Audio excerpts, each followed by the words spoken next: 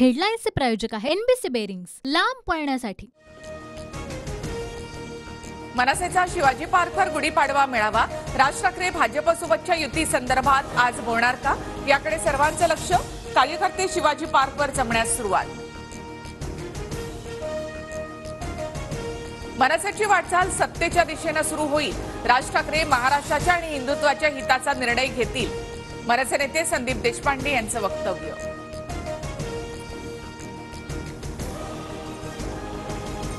माझ्या निवडणुकीमध्ये न फिरणारी भावंड आता गरागरा फिरत आहेत। पावसाळ्यामध्ये जशा छत्र्या उगवतात तसे उगवलेत। अजित पवारांची श्रीनिवास पवार यांच्यावर टीका।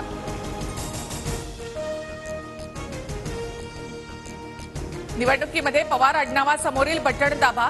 15 वर्ष मुलीला निवडून दिलं, आता सुनेला निवडून द्या। बारामतीमध्ये उपमुख्यमंत्री अजित पवार यांचं वक्तव्य। सोलापूरमध्ये प्रचाराच्या दरम्यान राम सातपुते आणि प्रणिती शिंदे आमने सामने। दोन्ही बाजूकडून जय श्रीरामची घोषणाबाजी।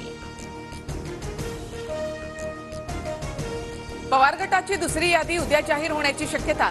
साताऱ्यामधून श्रीनिवास पाटलांनी नकार दिल्यास शशिकांत शिंदे पवार गटाचे उमेदवार असतील, तर माढ्यामधून धैर्यशील मोहितेंचं नाव आघाडीवर, सूत्रांची माहिती। लोकसभेसाठी महाविकास आघाडीचं जागावाटपाचं जाहीर। ठाकरे गटाला 21, काँग्रेसला 17 तर शरद पवार गटाला 10 जागा। सांगलीची जागा ठाकरे गटाला जाताच काँग्रेसमध्ये नाराजी। विश्वजित कदम पत्रकाद्वारे भूमिका स्पष्ट करणार, तर काँग्रेस नेते विश्वजित कदमांची नाराजी दूर करणार। सुधीर मुनगंटीवार यांच्या वक्तव्यानंतर काँग्रेस आक्रमक। सुधीर मुनगंटीवार यांची उमेदवारी रद्द करा, काँग्रेसची निवडणूक आयोगाकडे तक्रार। खंडणीखोर पक्षाच्या नेत्यांनी शिवसेनेला खिळवू नये, उद्धव ठाकरेंचं मोदींना प्रत्युत्तर। नकली शिवसेना असं म्हणत मोदींनी ठाकरेंवर निशाणा साधला। अमित शहा बाळासाहेबांच्या फोटोसमोर लोटांगण घालायला मातोश्रीवर आले होते, तेव्हा आमचीच शिवसेना होती हे विसरू नका। उद्धव ठाकरेंचं मोदींना प्रत्युत्तर।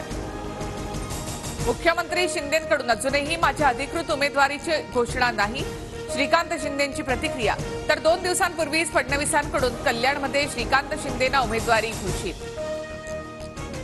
3 महिन्यांपूर्वीच मी श्रीकांत शिंदेंच्या उमेदवारीबद्दल सांगितलं होतं। प्रचार सुरू, श्रीकांत शिंदेंचा विजय निश्चित। भाजप नेते रवींद्र चव्हाण यांची प्रतिक्रिया।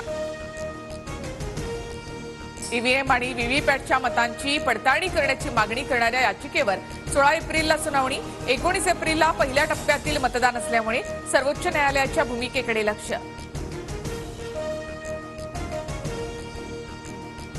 हेडलाईन्सचे प्रायोजक आहे एनबीसी बेरिंग्स, लांब पळण्यासाठी।